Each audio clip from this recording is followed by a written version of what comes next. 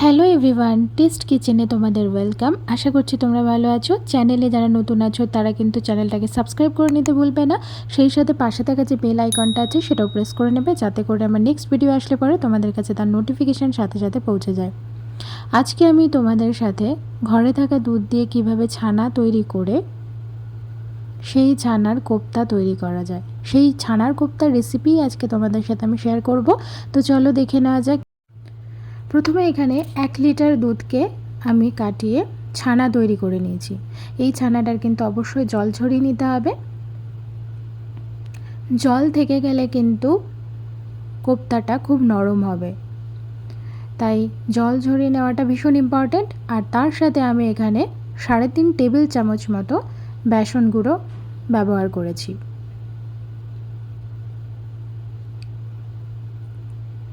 এখানে 1 টিস্পুন মতো ঝাল লাল লঙ্কার গুঁড়ো আমি ব্যবহার করেছি। তোমরা ঝাল লঙ্কার গুঁড়োর বদলে কিন্তু এখানে কাশ্মীরি লঙ্কার গুঁড়ো ব্যবহার করতে পারো, ঝালটাকে অ্যাভয়েড করতে চাইলে। আর তারপরে 1 টিস্পুন মতো নুন দিয়েছি, 1 টিস্পুন মতো এটা দিলাম, কয়েকটা দানা চিনি। মনে রাখতে হবে কয়েকটা দানা চিনি ব্যবহার করতে হবে, ছানার কিন্তু একটা মিষ্টতা আছে, তাই বেশি চিনি দিয়ে দিলে কিন্তু এখানে এটা বেশি মিষ্টি হয়ে যেতে পারে। এই সবকটা উপকরণ দিয়ে কিন্তু আমি ভালো করে এটাকে মাখিয়ে নেব। সুন্দর করে মাখিয়ে নিতে হবে। বেসনটা একটু বেশি করে দিলে কি কোপ্তার একটু শক্ত হবে। তো বেসন কিন্তু আমি এখানে খুব বেশি বেসন ইউজ করিনি। 3.5 টেবিল চামচ 1 লিটার দুধ কাটিয়ে যে ছানা তৈরি করেছিলাম তার সাথে এই 3.5 টেবিল চামচ বেসনের গুঁড়ো যথেষ্ট।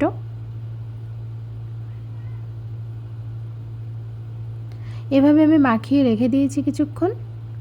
তারপর এইভাবে একটা কড়াই আমি ওভেনে দিয়ে দিয়েছি। আর এই কড়াইটা গরম হয়ে গেলে পরে এখানে আমি সর্ষের তেল দিয়ে দেব। আমি কিন্তু ছানার কোপ্তাগুলোকে সর্ষের তেলেই ভেজেছি।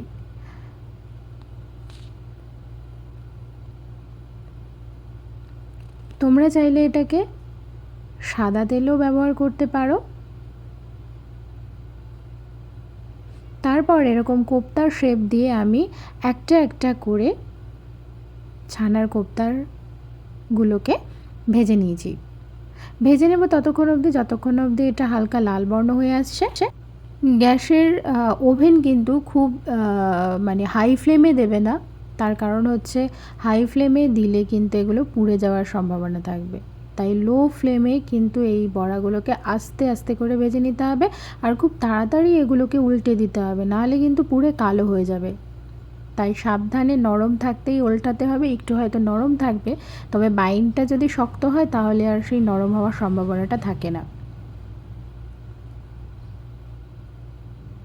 মোটামুটি এগুলো ভাজা হয়ে গেছে। ভাজা হয়ে গেলে পরে আমি এগুলো তুলে নেব। তবে এবার আমি কিন্তু এরকম আরও কিছু বড়াকে ভেজে নেব, মানে ছানার কোপ্তাকে ভেজে নেব। এই যে মোট এতগুলো হয়েছে। আর এটাকে এক্সিস তেলটাকে আমি ঝরানোর জন্য একটা টিস্যু পেপারের ওপর এগুলোকে আমি রেখেছি। এবার কড়াইতে সর্ষের তেল দিয়ে আমি আলুগুলোকে ভেজে নেব। আলু এখানে আমি একটা ব্যবহার করব। একটা আলুকে ধুয়ে কেটে, বড় সাইজের আলু এটা, এই আলুটাকে ঠিক এরকম ডুমো ডুমোভাবে কেটে নেব।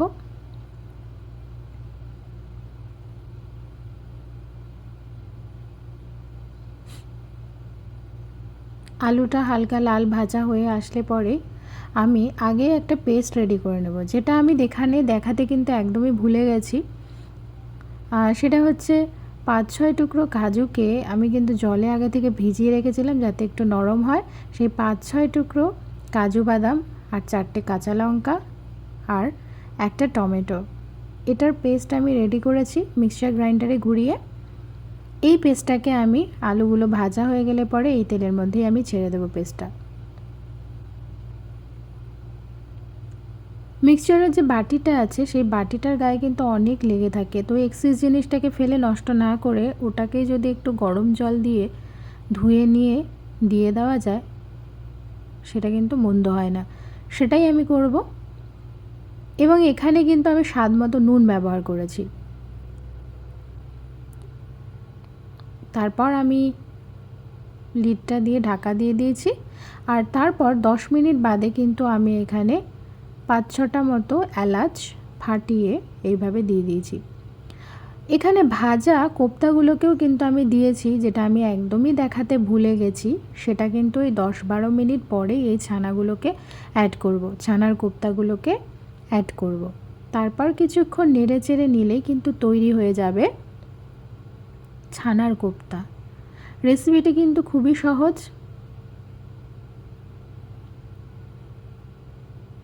আর এই স্টেজে আমি এটাকে, ঝোলটাকে অর্থাৎ গ্রেভিটাকে বাড়ানোর জন্য আমি সামান্য গরম জল ব্যবহার করেছি। গরম জল ব্যবহার করাটা খুব ইম্পর্ট্যান্ট। ঠান্ডা জল দিলে যে কোনো তরকারিরই টেস্ট কিন্তু কমে যায়।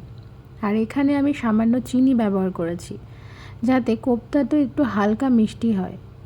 তো সেই কারণেই আমি এখানে সামান্য চিনি আর সামান্য নুন ব্যবহার করেছি। যেহেতু সামান্য জল দিয়েছি তাই একটু নুন দিয়ে দিয়েছিলাম। তারপর ঢাকা তুলে কিন্তু 4-5 মিনিট বাদেই তৈরি হয়ে যাবে। আর আমি এই ছানার কোপ্তাটাকে কিন্তু এরকম সুন্দর একটা বোল সেটে সার্ভ করেছি। দেখতে কিন্তু খুব সুন্দর লাগছে। এই রকম ছানার কোপ্তা ভাতের সাথে, গরম ভাতের সাথে বলো, যে কোনো নিরামিষের দিনে বেশ জমে। আপনারা নিরামিষের দিনে কিন্তু মানে ওই স্যাটারডে আর টুইসডেতেই তো বাঙালিরা নিরামিষ খায়। তো এই রকম বিশেষ দিনে যদি এরকম নিরামিষ কোপ্তা করা যায়, ব্যাপারটা কিন্তু মন্দ হয় না। তবে এটা কিন্তু রুটি বা নানের সাথেও বেশ জমে। খেয়ে দেখতে পারেন, একবার বাড়িতে বানিয়ে দেখবেন, খুব অপূর্ব হয় এর টেস্ট।